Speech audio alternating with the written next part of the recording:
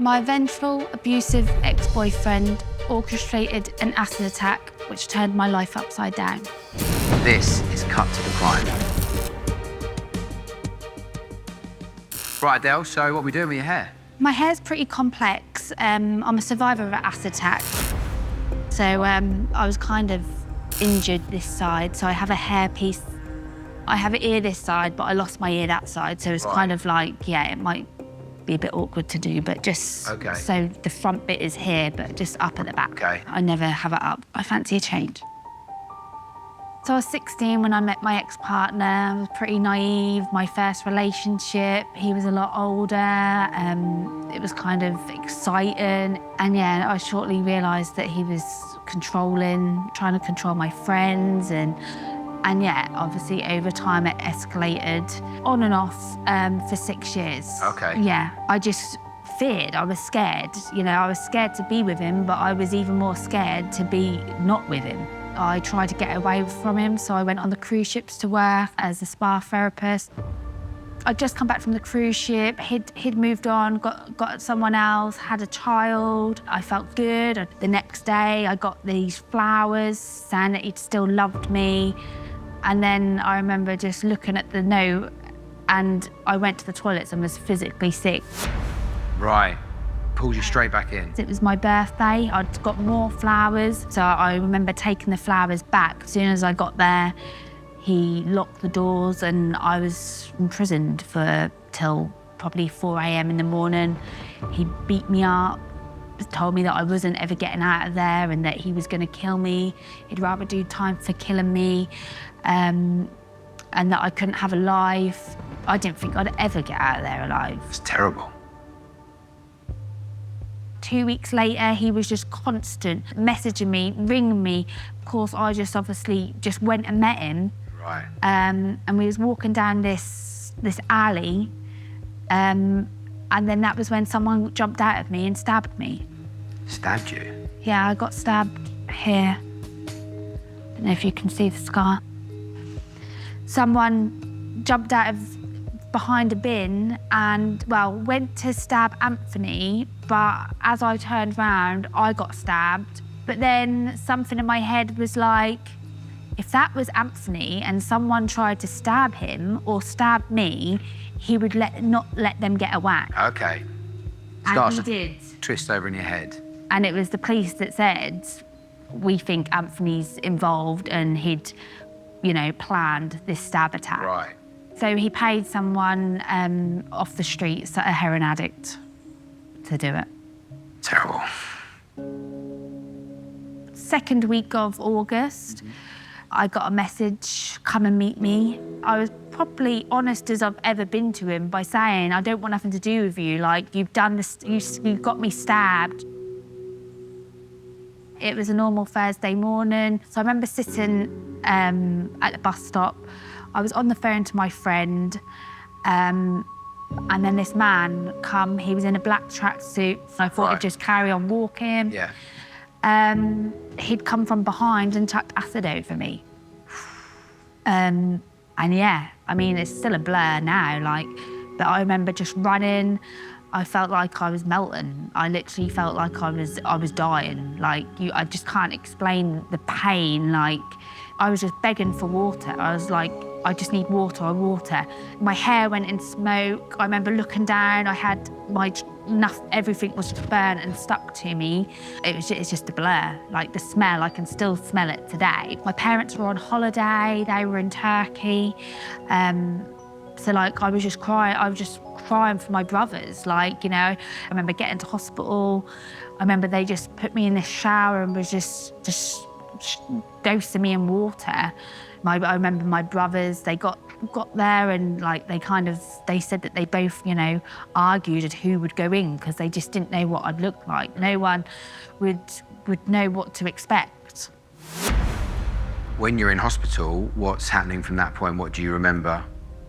They just said, like, we need to shave your hair off. It's all matted, like, it was all matted to this side, and my brother was due to get married in October. I'd been growing my hair. You got family coming in, your parents are coming back from holiday? Yeah, that was something that I will never forget. Like, I remember walking in and saying, "I'm okay, don't look at me." And then my dad just fell to the floor, and it was just like a domino effect. My brothers were crying, my auntie was crying. It was just, yeah, like it was trying to be strong for them. Who was it that threw the acid at you? So he was called Jason Harrison, and he got paid £500 to do it. So he got 4 years, 4 months, but he only done half because he pleaded guilty and they used him as Queen's evidence, which means he went to trial and went against Anthony. So did Anthony ever go down? Was he caught for what happened to you? He got found guilty by jury, and I think he got life minimum of 13 years. And then obviously there's a road to recovery. Yeah. So what does that look like? Challenging, difficult. There was days that I just didn't want to be here. I thought it would be easier for him to have killed me. You know, my life stopped. I couldn't see a way forward. For 2 years of my recovery, I had to wear a big plastic mask that covered like all my face. I had to wear pressure garments that come up to my neck because my hand and my arm got the brunt of it as well. I've got scarring on my chest. So are you proud of how far you have come? Yeah, so I'm sitting here 10 years on and being at a point in my life that I didn't ever think I would be at, you know. I didn't ever think anyone would want me, anyone would love me. You know, all my scars, and, you know, I'm in a happy relationship now. And yeah, and I want people to look at me as well of, you know, thinking you can find love. Brilliant. So, we finished. We're going to spin you around, reveal your hair. See how you're liking it? Feeling good? Yeah. Looking good, yeah? Oh yeah, I like And it that. just softens it, keeps it very sort of tousled, undone. Yeah. You can pull more bits out if you want. Yeah, I more love it. importantly, and it's giving you a bit of inspiration of Yeah. what you can do. Thank you. Can we get a selfie? Of course.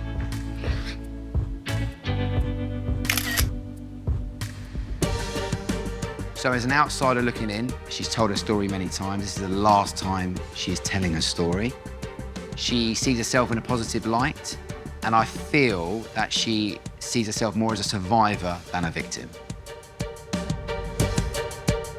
My ex-partner tried to kill my 2.5-year-old boy, Sam, after he stabbed me 7 times in the chest. This is Cut to the Crime. Right, Alison, so we're going to colour your hair. Yep. We're going to put a little bit of blonde in, a little bit of copper, so it pulls it together, creates a real nice bit of contrast. Fantastic. Sound good? Yep. Amazing. In 1990, I was 26, and I met this guy at work, and we started dating. I wasn't expecting to get pregnant because I was told I wasn't able to have children, but then I got pregnant.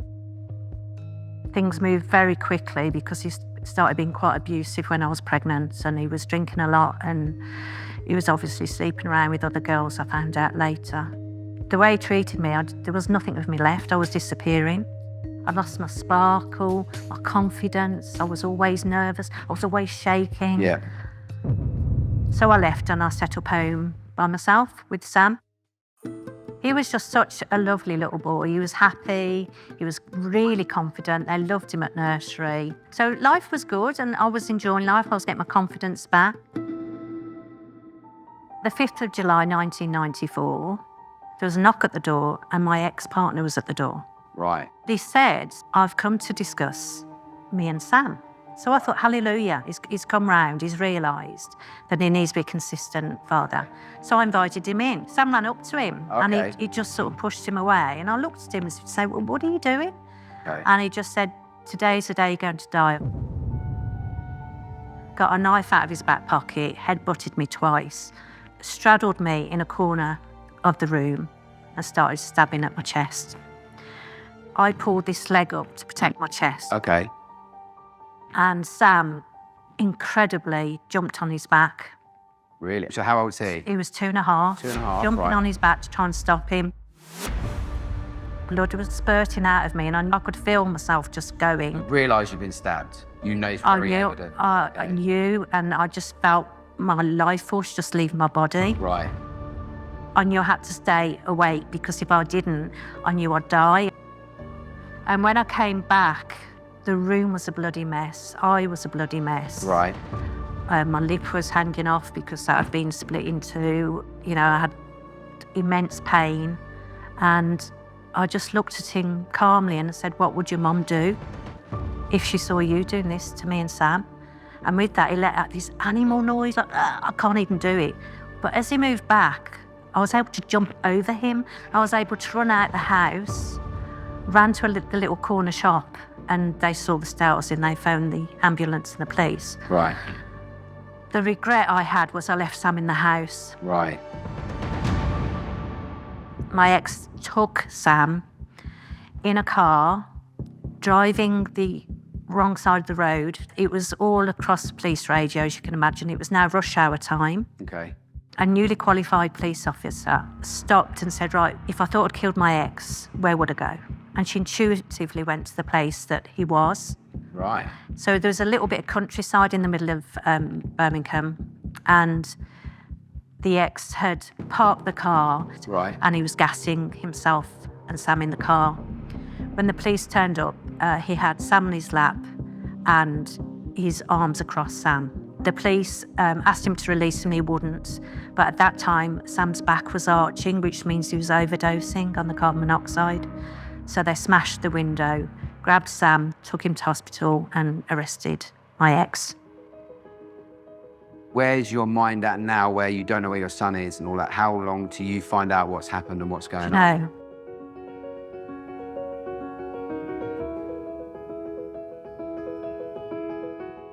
I wouldn't get in the ambulance until I knew it was safe. And then a police officer came up and said they found him. And with that, I just apparently lost consciousness and they took me straight to the hospital. But I wouldn't want it to live if Sam.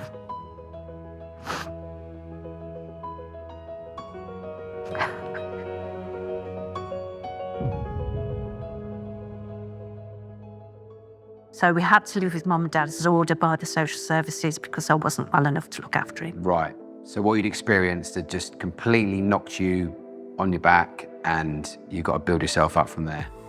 More than that, it blasted every belief system I ever had. So what was the sentence for him? What did he get? So we were told he'd get 10 years because it was 2 counts of attempted murder. Okay. They did plea bargaining. So they dropped the charges to administering a noxious substance with intent to endanger life. Okay. That was for Sam. Yes. And for me, it was a GBH. Right. And he got 3 years and he served half of that time. I remember when the sentencing happened, it was as if I was punched in the gut. So there was no justice for you then? No. Now, the present day, Yeah. have you and Sam done positive things off the back of what happened to you? Yeah. What did you do with that? How do you turn that into a positive? So Sam has gone on to do great, great things. He's events director and producer now. So he's just, flown. So I mentor people now. So if someone's going through a life challenge, any sort of loss or traumatic experience, they come to me and I work one-to-one with them. Okay.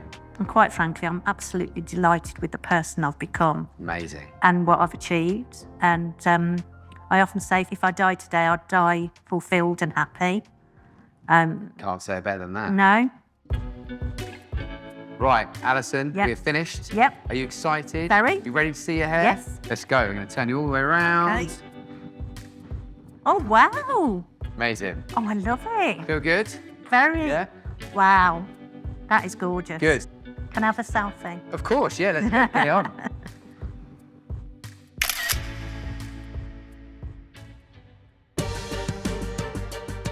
The inspiration I took from Alison's story, the horrendous event that happened to both her and her son, and how over the years they've worked together to build bridges, get over their trauma, and have a positive life. My neighbour broke into my flat using an axe, imprisoned me. I thought I was going to die. This is Cut to the Crime. Right, Sophia, so we're going to do a colour for you, a little bit of a transformation. So we want to just make it a little bit lighter, don't we? So we're going to do like a bob like that, shape it between here and there so you get a little bit of movement. Yeah? Yeah. Wicked, that's going to be amazing. What's your story? Well, I was the victim of domestic violence. How did you first meet each other? It was in fact my neighbour. So we just like crossed paths as I was moving in. Okay. And I thought, you know, I'm lonely, he's lonely. Right. Let's be friends and, you know, just spend some time together. I could see that he was getting feelings for me over time, and I was like, you know, it's never going to happen. Okay. I did say that, you know, over and over. He became obsessed. And there was a pattern of behaviour that you could tell that even as I tried to be friends with him, Right. it was like once he was in my flat, I couldn't get him out. I'm telling him point blank, you're scaring me, you know. I knew it was going to have a bad ending. Like at about 8 in the morning, he was like banging on the door, then banging on the door, and I was like, what do you want? Open the door, but in a very aggressive way. And I was thinking, this is getting scary. So I'm thinking, okay, I'm going to get my phone, I'm going to record this and warn him that I'm recording it. Would you mind showing a bit of what you filmed? I'm recording you. You're trying to bash my door down. So after banging on the door, he started trying to kick the door. So you can actually hear the creak of the frame as he's kicking it. He wouldn't stop, and I'm thinking, he's going to gain entrance into my flat. I know he is. Right. The door's going to just fall down, you know, but for some reason, I don't know how, it remained shut. So then I said, I will call the police. he then said, well, if you call the police, I'm going to you up. I'm like frozen. Right. I'm scared. I didn't think at that point that he could ever enter my French windows. Okay. Like, how are you going to get through double glazing? Yes. It's just not going to happen. So they're shut. Yeah, it's shut, it's locked. I'm inside, I'm thinking, I'm safe. Unbeknown to me, he's picked up an axe on the way. Right. So the next thing I know is he's taken the axe, smashed it against the French windows.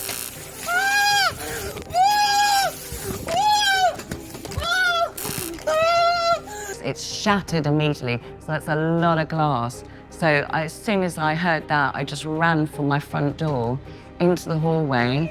There's 4 flats above me. Help me, help me, help me, help me.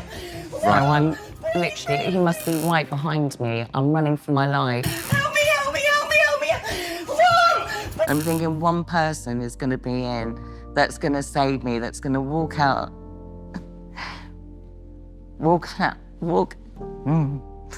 Sorry. They're going to walk out the door and it's going to just end. It's going to end. This nightmare is going to be over. So we got to the top landing and I'm just like crouching down, and grabbed me and took me down 4 flights of stairs on my back. Dragging you. He's dragging me down backwards, down 4 flights.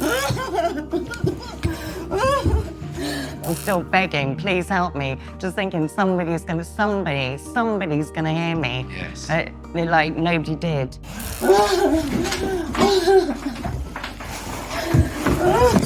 So I'm looking down and I'm still holding the phone in my hand. Okay. And then he held me prisoner inside. There's no way I could get out. There wasn't any running away. I was thinking, I'm gonna die. This is the way I'm gonna die. Right. So what I eventually did after hours was that I just necked a load of pills. I'd rather kill myself than him kill me. Right, that's where you were at. Yeah, that's totally where I was at. And what he did was he started calling friends. She's taken an overdose. Obviously no explanation, Yes. So if it wasn't for a friend who got the ambulance, I'd probably be dead anyway. So then I woke up in A&E, and then he's next to me. He's right next to me, right next to the bed. Well, he's followed you to the hospital. He's gone in the ambulance. I didn't know any of this because I was blackout. They just know in A&E that I've taken an overdose, and I've got all this evidence on my phone. And I said, I want him gone, I want him gone. Then the police were asked to come the next day Right. to see the video. Right. So obviously they saw the video and they Yeah. said, okay, we've got him. It was just the beginning of a nightmare, basically. I would wake up in the middle of the night thinking that I heard somebody banging on my door. You can want to move on, but you physically and mentally, you just can't. You're just stuck in this abyss. Do you know what's happening to him? Does he go to court? At the 11th hour, he pleaded guilty. Right. Literally, it was the day before Right. it was meant to go to court. Yeah. He then said, oh, yeah, I hold my hands up, I'm guilty. And what was the sentence? His sentence was 24 months suspended, prison sentence, which I think is very unfair. But on the other side, I did get an indefinite restraining order. Okay. And now I've got to just reinvent myself and find like a happier place, a new me, you know, and Right. look to the future and not dwell on the past. So I choose to move on. So we finished your hair.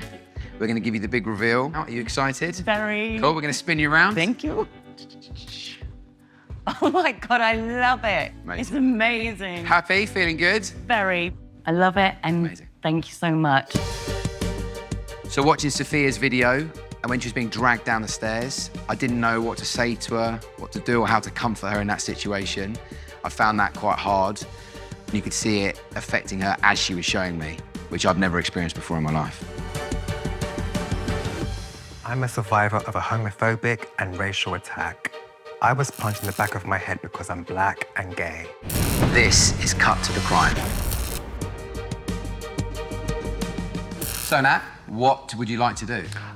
Just something basically a bit sort of shorter, but I guess that kind of shape up the beard as well, get rid of the grey. Yeah. We're gonna come over, we're gonna wash your hair. Cool. I was with my boyfriend at the time, Michael. So we attended Black Pride. I just remember on our way there, it was just such a happy, everybody was in that vibe. Nice. Everybody was dressed up to the nines. So for you, you feel that's an incredibly safe space. Very safe, everybody's friendly. So for me, it's very important that as a black gay man that we have UK Black Pride. I think for black gay men, sometimes it's very hard for us to be gay and be black as well. Right, okay. And then, because I think Black Pride finished at 8 o'clock. Okay. So it started to get a bit darker. So we were like, okay, let's go. Right. So we were waiting at the bus stop and we were just standing there chatting. Next thing you know, there was a guy standing right behind me, which I didn't know, because I didn't really think of it. Okay. Smacked me in the back of the head, like really, really hard. He sort of had this really evil expression on his face. Right. Like to kind of say, you disgust me. So I'm still in shock, trying to process it, what just happened. I remember Michael reacting, you know, what's going on? Like, what did you do that for? And then next before you know it, he punched Michael really, really hard. And then I just remember people saying, the bus is coming, the bus is coming. So we ran so quick to get on the bus. Right. And that's kind of when we realized that Michael was bleeding really, really badly, like a lot of blood was ripping off on his t-shirt and everything.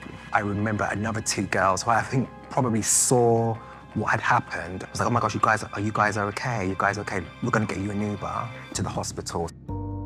I remember waking up in the morning and you could see we were still both in shock. Okay. And trying to sort of process everything that's kind of went on in the last, like, I guess 24 hours. Then I remember Michael decided that he wanted to report it to the police. Right, okay. They came over a week later, wanting to know what happened, where exactly we were, and then we take it from there, basically. When did you find out the attacker was apprehended? There was some footage, but it wasn't really clear, so they had to sort of like retouch it and stuff like that. So once they got the footage, they were able to locate him and find him.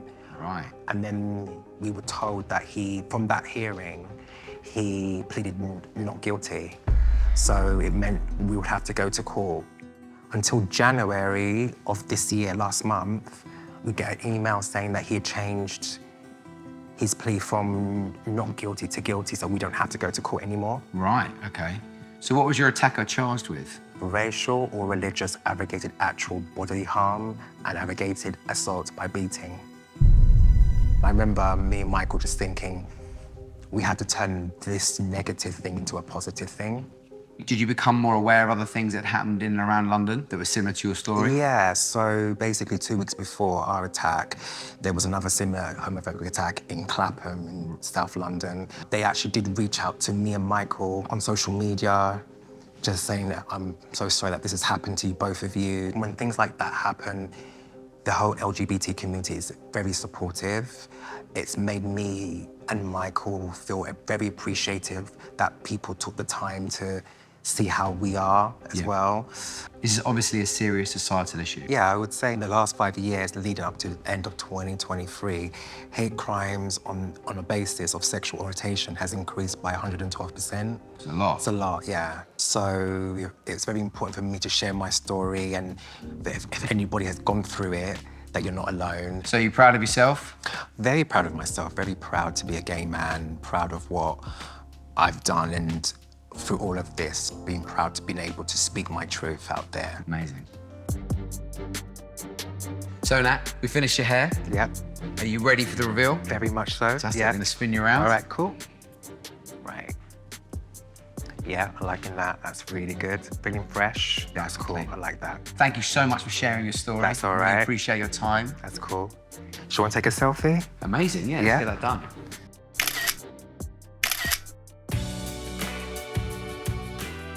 What surprised me most about Nat's story is how prevalent hate crime is towards sexuality. I was totally unaware of how much it's grown in the last few years. I think Nat's obviously taken something from it which has helped him become a stronger person, and I would say he's stronger because of the attack, and he can help other people that have experienced similar things to himself.